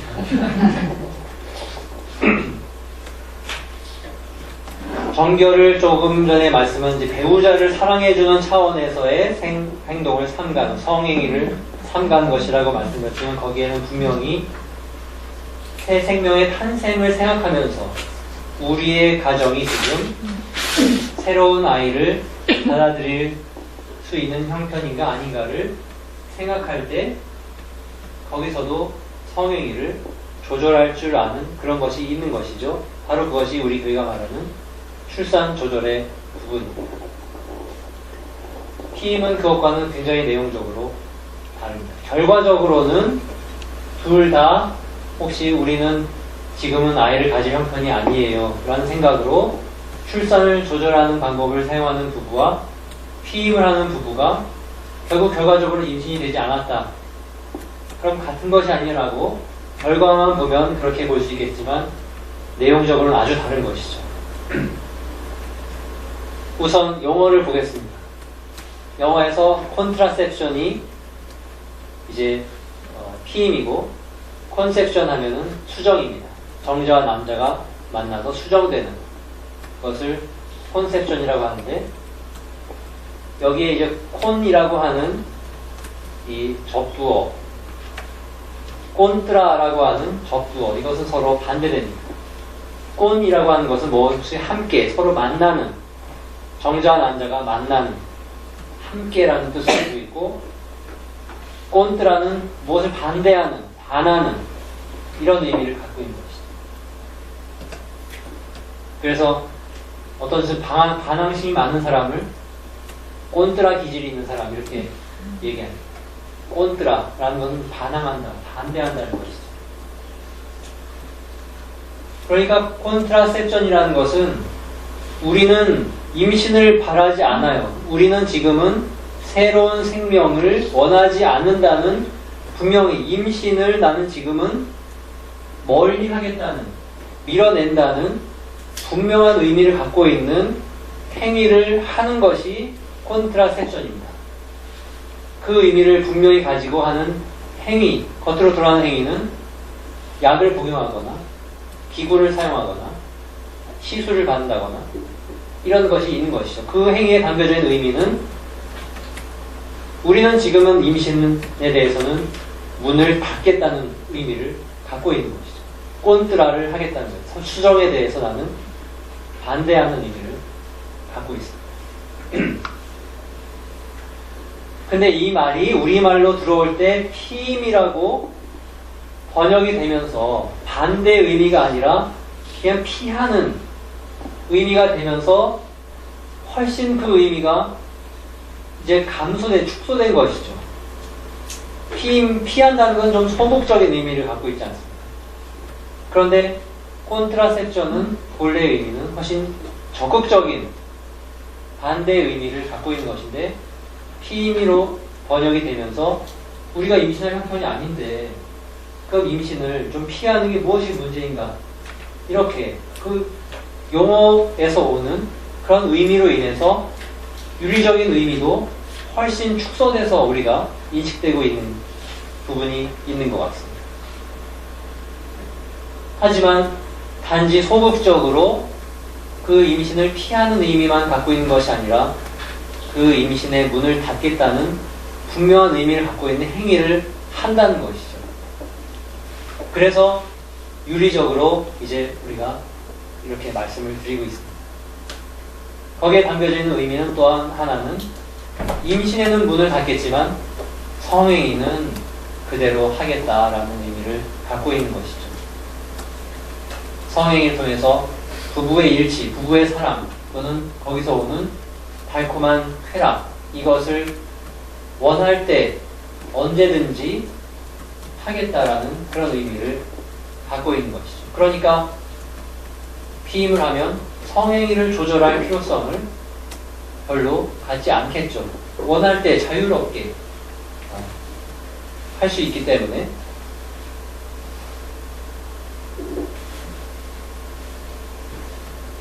그럼 이제 여기서 몇 가지 피임 방법을 좀 들어서 말씀을 드릴 필요가 있는 것 같습니다. 대개는 이제 피임의 방법이 피임약이 개발이 되고 나왔을 때 이것은 여성을 해방을 시켜주는 그런 하나의 의미로 이야기가 되었습니다. 여성의 성해방, 임신이라는 굴레로부터 여성이 해방이 돼서 그런 일이 벌어지지 않는다면 오히려 병원에 좀 가봐야 하는, 의사를 좀 만나봐야 하는 상태인데 약을 먹어서 그 상태로 만드는 것이 아니겠습니까? 정상적인 호르몬의 주기를 오히려 병원에 가봐야 할 몸으로 만드는 게 피임약이다. 그럼 여성의 몸에 그것이 아무런 영향이 없겠는가? 그리고 그것도 매일 하나씩을 규칙적으로 먹어줘야 하는데 하루를 잊어버리고 건너뛴다거나 아니면 매일 먹긴 먹는데 위장 장애가 있어서 어떤 장애, 어떤 그런 흡수가 잘 안 돼서 된다면 먹기는 하나를 먹었지만 그렇게 예상한 만큼의 약의 효과가 이루어지지 않는다고 한다면 그럼 언제든 그 피임은 소위 말하는 실패로 가기가 쉽다는 것이죠. 근데 분명하게 나는 임신하지 않겠다는 의미를 가지고 꼰뜨라를 가지고 약을 먹었는데 임신이 되었다면 그 아이를 받아들이기는 대단히 어려울 것 같습니다. 처음부터 원하지 않는 임신이라고 시작하고 약을 먹었고 그렇게 해서 임신이 되는 아이는 원하지 않는 임신인 것이죠. 그렇게 보면은 피임과 낙태아에서 바라보는 임신을 바라보는 시각은 굉장히 동일한 것 같습니다. 원하지 않는 임신이라는 것이죠. 그런데 그렇게 여성의 몸을 그렇게 만드는 이유가 뭐가 되겠습니까? 다른 것이 아니라 바로 자유로운 성을 누리기 위해서라고 한다면 그러면 여성의 몸을 도구로 자유로운 성을 사용하기 위한 도구로 만드는 것은 아닌가 이런 생각을 하는 것이죠. 그리고 그렇게 몇 달 일정한 호르몬을 계속 복용을 한다면 그럼 여성의 몸이 거기에 이제 점점 적응을 하게 되면 여러분 사람의 몸이 이렇게 스위치를 켰다가 껐다 할 수 있는 것이 아니기 때문에 그래서 몸이 거기에 적응을 하게 되면 피임약을 더 이상 복용하지 않아서도 다시 예전 상태로 돌아오지 않을 수도 있는 것이죠. 그래서 피임약을 장기간 복용하는 것 때문에 불임이 되는 일들도 있지 않겠습니까? 예전에는 제가 어렸을 때만 해도 피임약 광고는 부부의 어떤 광고로 되어 있었는데 지금은 젊은이들 광고입니다. 거의 고등학생 정도로 보이는 그런 아이들이 나와서 피임약 광고를 또는 콘돔 광고도 그렇게 하고 있는 것이죠. 내 몸에 좋은 피임약. 호르몬의 농도가 짙을수록 몸에는 안 좋다. 그러면 호르몬 농도를 낮추는데 피임 효과가 나는 정도까지 최대한 낮춘다. 가장 경계선까지 가는 약. 그래서 내 몸에 부담도 적고 피임도 할 수 있는 그런 정도의 약이다. 그런데 우리의 사람의 몸이 그렇게 딱 가로 잰 듯이 똑같이 그런 것이 아니기 때문에 그럼 그 피임약을 가지고 정말 다 피임의 효과를 본다고 할 수 있는가? 아니면 다 그렇게 몸에 큰 해로움이 없다고 할 수 있는가? 이렇게도 생각이 드는 거죠. 피임약은 여성에게 안 좋은 것 같아요. 피임은 여성에게 안 좋은 것 같아요. 오히려 생명에 대한 그런 개방, 그것을 약물을 통해서, 기구를 통해서 문을 닫는 그런 행위를 할 것이 아니라 행위 자체는 열어놓고 그런데 여성의 몸이 이미 주기가 있기 때문에 그래서 행위 자체는 열어놓고 그것을 하는 시기를 조절을 한다면 그러면 출산은 조절이 된다는 것이죠. 가임기에 임신을 원하는 부분은 가임기에 부부행위를 하고 임신을 멀리하고자 하는 부분은 불임기에 부부행위를 해서 그렇게 해서 성행위를 조절해서 출산을 조절할 수 있다는 것이죠. 그럼 거기에 첫 번째는 여성이 몸이 가임기에 있는가 불임기에 있는가 이것을 알아가야 하기 때문에 하루하루 호르몬의 그런 변화를 따라가는 그 몸을 관찰하는 그런 작업을 해나가면서 여성은 자신의 몸을 이해하고 사랑해주기 시작하게 됩니다. 내 몸에 해로운 약을 복용하는 것이 아니라 오히려 내 몸을 온전하게 관찰하고 오히려 그것이 주기가 뭔가 보통 얘기하는 그런 주기와는 조금 다르다라고 했을 때 이것이 혹시 의사를 만나봐야 하는 것인가 라는 것을 좀 생각할 수 있는 어떤 그런 민감한 그런 관찰을 할 수가 있다. 그리고 그것을 성행위를 조절하려면 부부가 함께 조절해야 하기 때문에 부부는 대화를 하고 남편은 여성의 아내의 말을 듣고 두 사람이 함께 출산 조절의 책임을 같이 져간다라는 것이죠. 그럴 때 여성이 거기서 존중을 받는다. 그래서 이 출산 조절은 여성에게 좋은 것 같습니다. 여성을 위한 그런 일인 것 같습니다. 여성의 본연의 모습을 보존하면서도 출산을 조절할 수 있는 그런 방법이라고 이것 하나의 삶의 어떤 하나의 방식이라고 이렇게 저는 생각이 듭니다.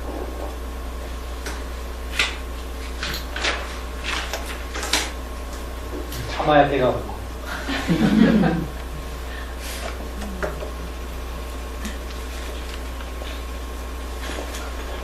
이것은 이제 바오르 6세 교황님 지금부터 한 40년 전에 발표하신 인간 생명이라는 문헌에서 이렇게 말씀하셨습니다.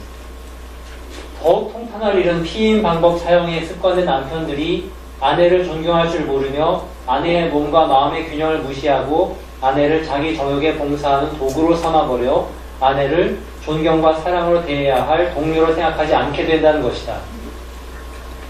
피임 방법 사용의 습관이 되었습니다. 피임 그 말은 내 성행위를 욕구를 조절할 필요성을 느끼지 않는다는 것이죠. 내 욕구가 발동하면 그것을 그대로 행동을 해서 해소하는 쪽으로 습관이 되었습니다. 그럼 참을 힘이 약하다는 것이죠. 습관이 되었기 때문에. 그러니까 내 욕구가 발동하면 아내의 존경보다는 나의 욕구를 채우는 것이 더 우선시된다.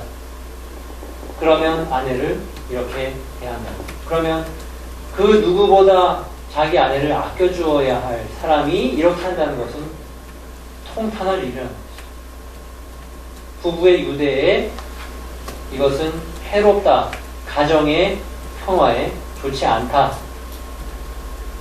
그럼 누구도 말을 하지 않지만 이런 것의 어려움은 다 여성이 안고 가야 하는 부분이라고 볼 수 있습니다.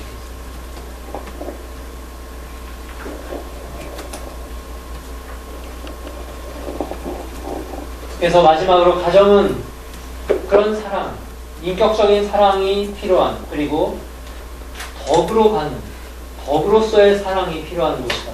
감정 혹은 욕구 여기에 머무는 것이 아니라 덕으로서의 사랑. 덕은 행위를 통해서 좋은 행위들이 점점 내 몸에 쌓이고 익숙해져 가면서 덕이 되어간다. 그런 사랑이 그런 사랑의 학교였으면 좋겠습니다. 요즘은 교육을 조금 풍자는 말이지만 구매하는 시대다. 또는 하청을 주는 시대다. 그래서 지식교육은 학교로, 학교가 부족하면 학원으로, 인간교육은 성당으로, 또 취미교육은 또 어디로, 다 교육은 어디 좋은데 보내는 것이 교육의 일이고, 그럼 가정에서는 무엇을 하겠습니까? 먹고 자고. 내 가정은 다른 것보다 바로 이 사랑을 배우는 곳이어야 하겠다. 사랑마저도 다른 어디 가서 배워와라 라고 할 수는 없다는 것이죠. 그래서 우리 아이들에게 정말 이 좋은 사랑을 가르쳐주고 싶은데 우리 성당에 그런 프로그램이 없어서요. 빨리 그런 프로그램을 좀 만들어 주십시오.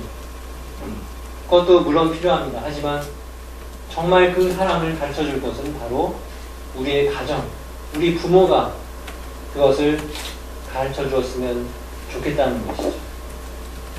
부모는 자녀의 최초의 교육자이며 가장 중요한 교육자입니다.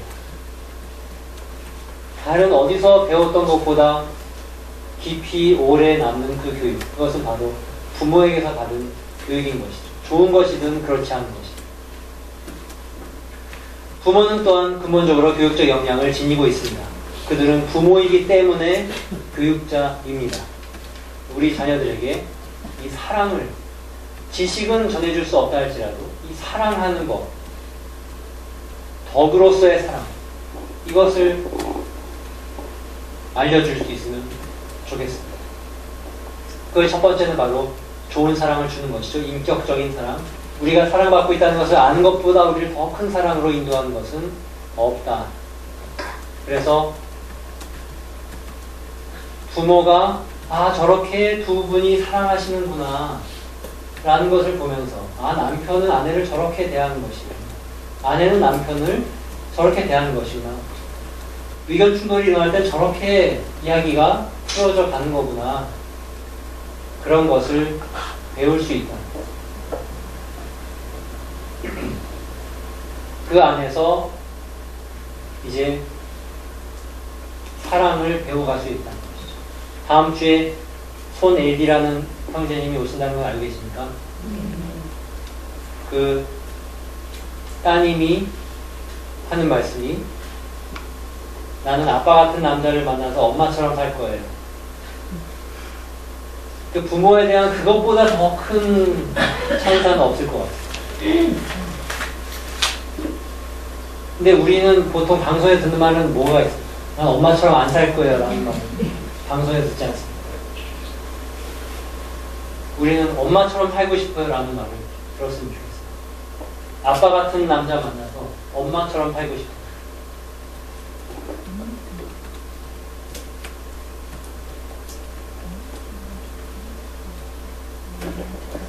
그래서 책임있는 인격적 사랑을 우리가 지금부터라도 이제 한번 실행하도록, 하지 않던 것을 새롭게 뭔가 해본다는 것은 처음은 어렵습니다. 어색합니다. 그런데 한 번이 두 번 되고 두 번이 세 번 되고 그러면서 조금씩 익숙해져 가고, 익숙해져 가면서 좋은 습관으로 나오면 그것이 바로 덕이라는 것이죠.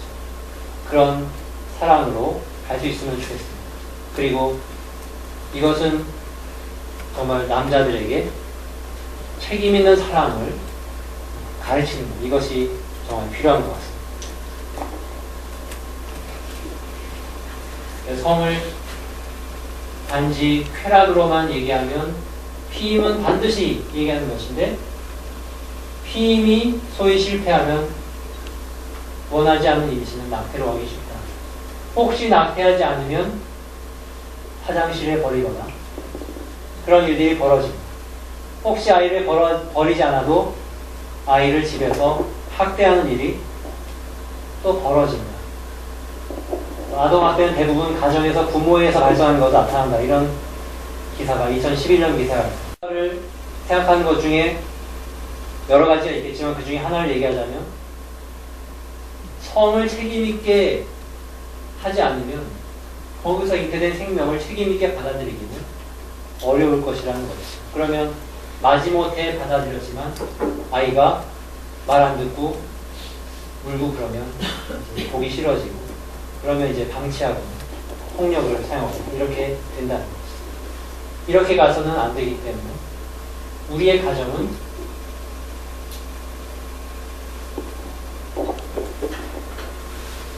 사랑이 있는 성, 그리고 생명을 받아들이는 인격적인 관계가 있는 그런 가정이 되었으면 좋겠다. 그것이 바로 성가정을 이루는 길이고 행복한 가정으로 가는 길인 것 같습니다. 고맙습니다.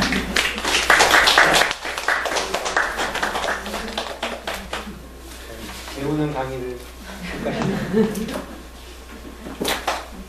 그러면 질문을 받아야겠네요. 질문이 앞부분에서요. 예. 성가정 얘기하셨잖아요.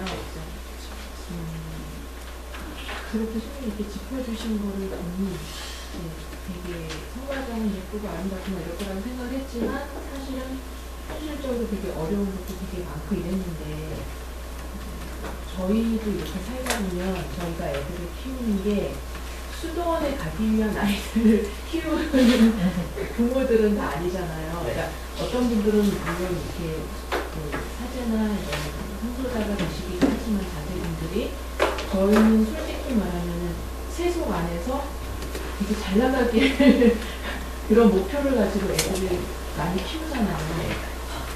그러면은 이제 그런 어떤 사회적인 가치를 추구하는 거예요.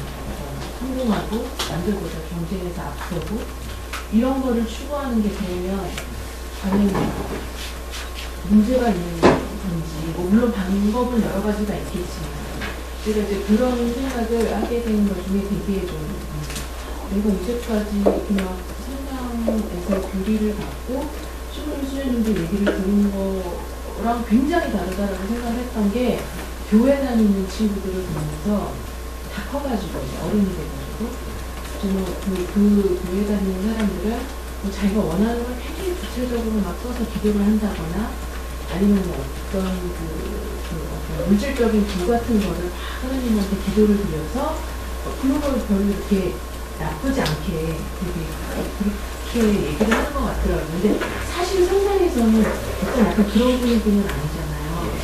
그런 거는 어떻게 생각을 해요?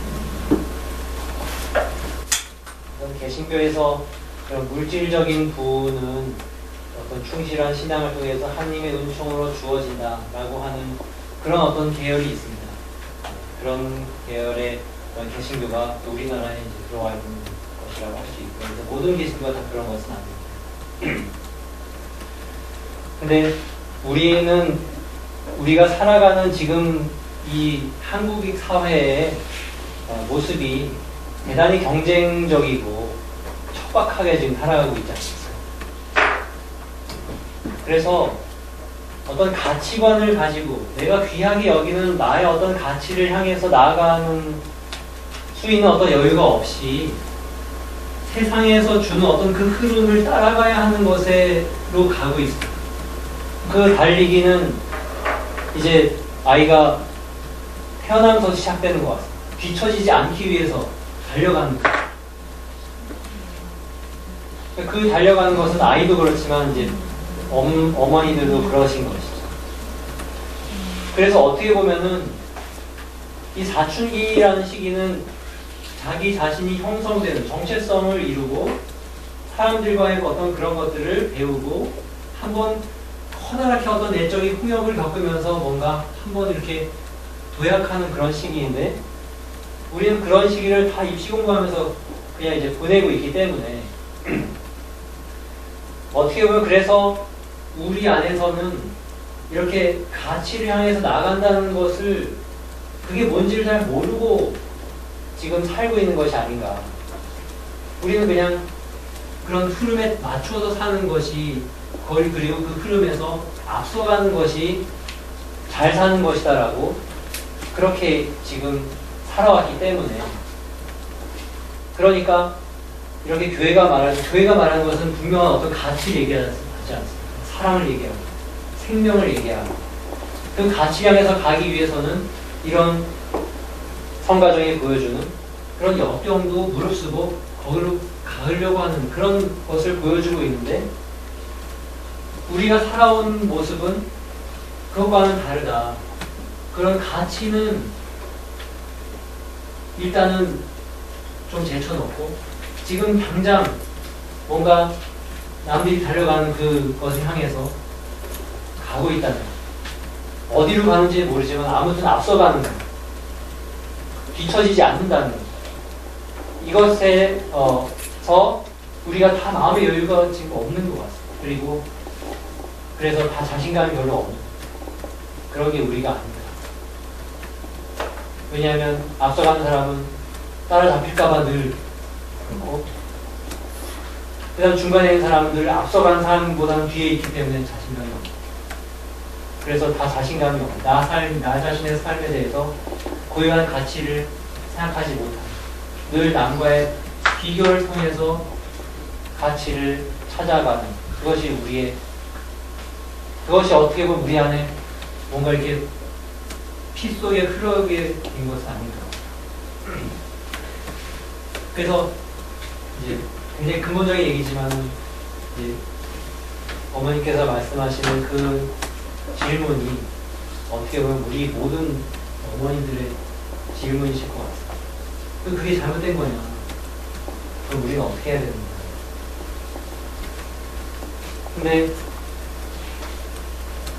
이제 분명히 우리가 자랄 때에 봤던 나의 삶과 자라고 나서 보는 우리 삶의 모습이 다르잖아요.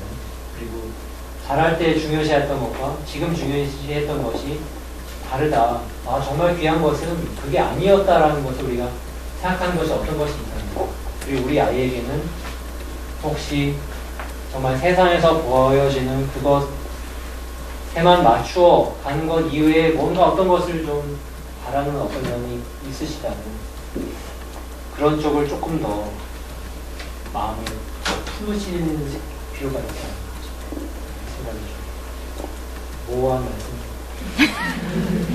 신부님, 예. 아까 말씀 중에 그 피임을 했는데도 원치 않은 아이가 생겼을 때 저는 원치 않는 아이가 생긴 거라고 하셨잖아요. 그러면 피임을 하지 않으면도 원치 않는 아이가 생길 수가 있거든요. 네.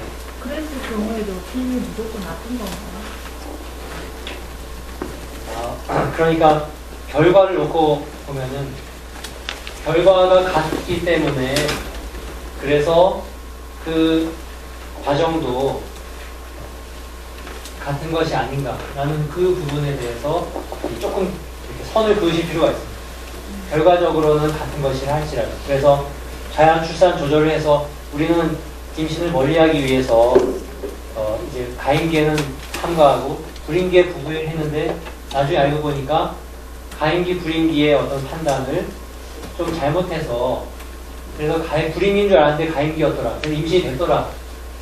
우리는 원하지 않은데 임신이 돼버렸어요. 좀 실패했어요. 자연출산 조절인데 실패했어요 라고 말할 수 있을 것 같습니다. 그런데 거기에 담겨져 있는 그 행동 자체의 그런 의미는 다르다는 것이죠. 피임이 갖고 있는 그 모습과 여기에 그 담겨있는 모습은 성행위 자체는 그 성행위의 문을 임신의 문이 열고 닫는 것은 자연출산 조절에서는 여성의 주기에 의거해서 문이 열리기도 하고 닫히기도 하는 것이죠. 그런데 이제 피임에서는 그것을 인위적으로 사람이 닫는 의미를 갖고 있고 그것이 단지 어떤 결과를 막는 이런 의미를 갖고 있는 것이 아니라 행위는 언제나 우리 자신에게 영향을 주기 때문에 그래서 그것은 알게 모르게 우리 자신의 어떤 의식이나 이런 것에 영향을 준다고 생각합니다. 사실 피임은 가톨릭 신자가 가장 어렵다고 느끼는 교회 가르침이 바로 피임하지 마라.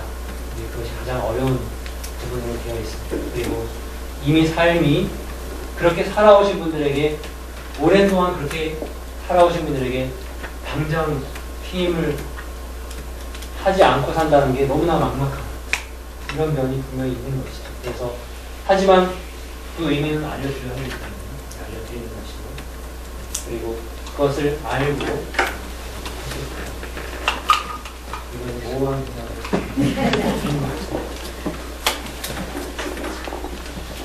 그럼 아침 기도 영광성 성부와 성자와 영광이 성부와 성자와 성령께 처음과 같이 이제와 항상 영원히 아멘. 성부와 성자